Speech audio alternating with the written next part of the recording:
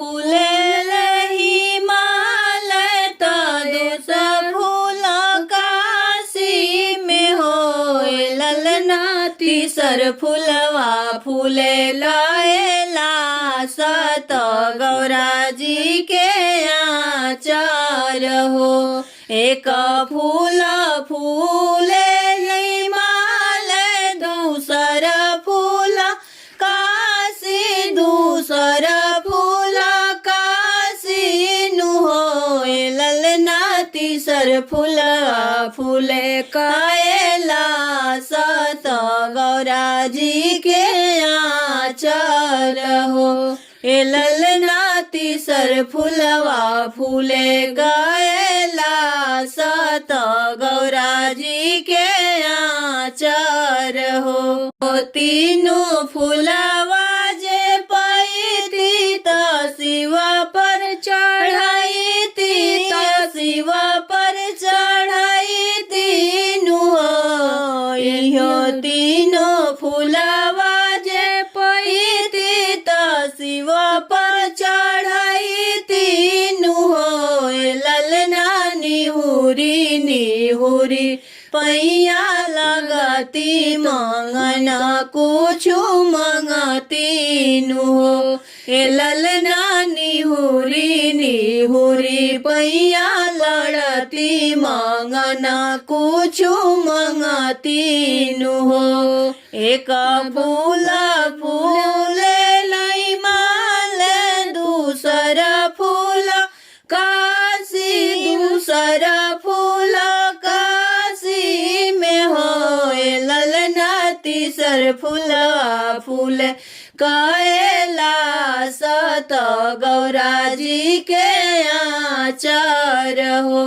ए ललना तीसर फूलवा फूले कायला सत गौरा जी के आचार हो। आवाजे मंगती कलश भारा पुतवा को खिया भारा पुतवा को खिया भारा हो।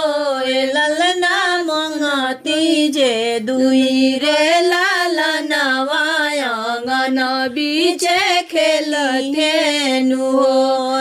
ललना मंगती जे दुई रे लालनवा आंगन बीचे खेलते नु हो।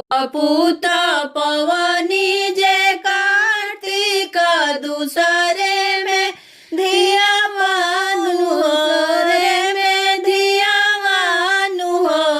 ललना तीसरे में पवनी गड़े सत गोदिया जे भरी गईले हो।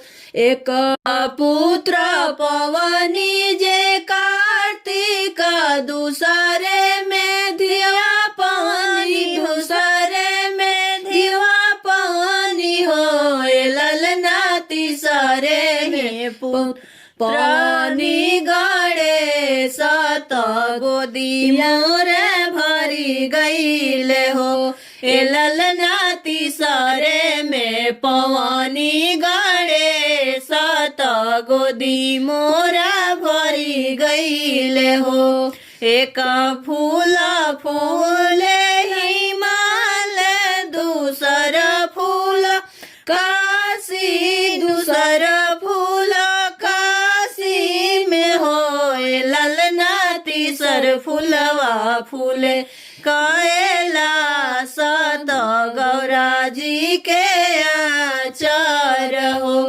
ए ललना तीसर फूलवा फूले कायला सत गौरा जी के